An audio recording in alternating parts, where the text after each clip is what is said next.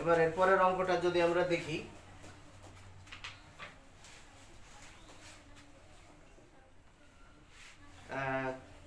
32 নম্বর, এবার 33 নম্বর, 33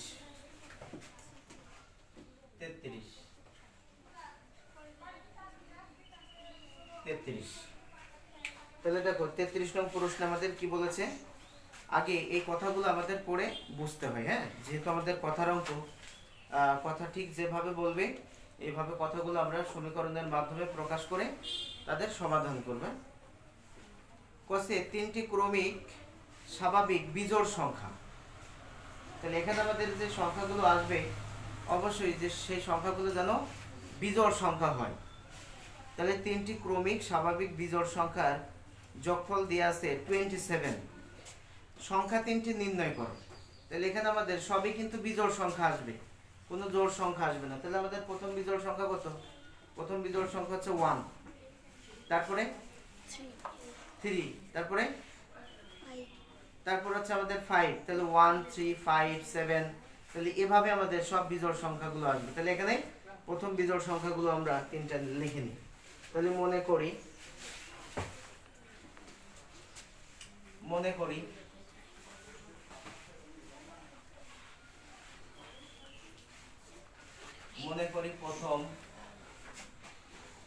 প্রথম বিজোড় সংখ্যা,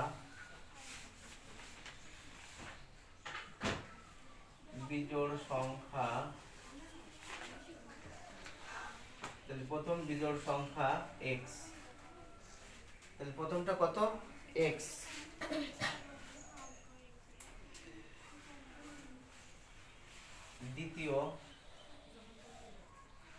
দ্বিতীয় বিজোড় সংখ্যা,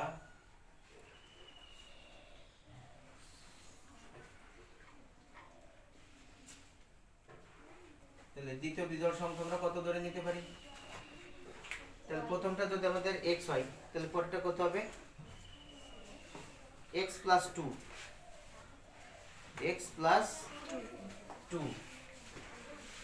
তাহলে x plus 2।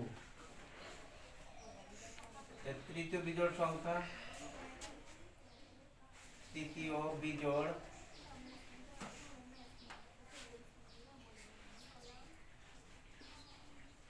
বিজোড় সংখ্যা,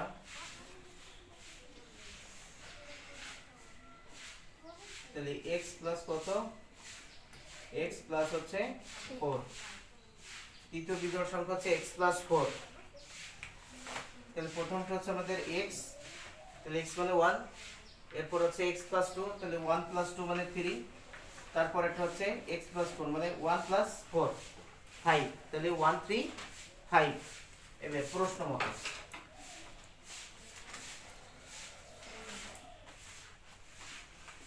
এই প্রশ্ন মতে এই তিনটার যোগফল দেয়া আছে 27। এই x plus 2 plus x plus 4 equal 27। এটা হচ্ছে আমাদের দেওয়া আছে। তাহলে বা x কয়টা আছে দেখো, 1 2 3 মানে তিনটা আছে। তাহলে ট্রাইস x, এরপরে সংখ্যা আছে 4 আর হচ্ছে 2 প্লাস 6 ইকুয়াল 27। তাহলে 8 ট্রাইস x ইকুয়াল, এই 6 এই পাশে নিয়ে যায় ডান পাশে, তাহলে 27 প্লাস 6 সমানুপাত করলে হয়ে গেল -6।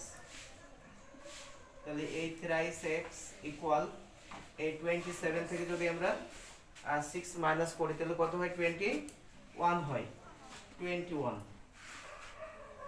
তাহলে বা এই x ইকুয়াল এই 21 বাই হলো 3। অতএব এই x ইকুয়াল হচ্ছে 7। 3 7 21। তাহলে x এর মান পেলাম। তাহলে x এর মান হচ্ছে আমাদের 7। তার মানে প্রথম সংখ্যাটা হচ্ছে আমাদের কত? 7 হয়েছে।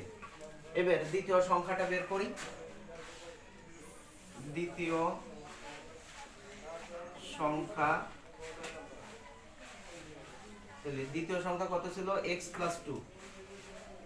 প্লাস 2। তাহলে x এর মান হচ্ছে 7 প্লাস 2। তাহলে 7 আর 2 যোগ করলে 9। তাহলে দ্বিতীয় সংখ্যাটা পেয়ে গেলাম। এবার তৃতীয় সংখ্যাটা বের করি। তৃতীয় সংখ্যা,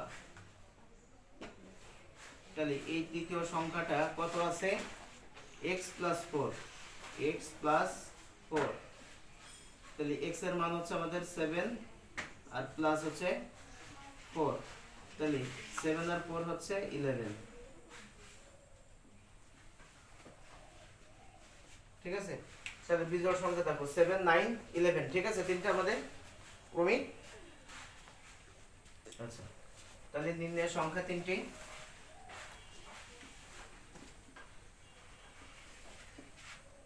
নির্ণয় সংখ্যা তিনটি।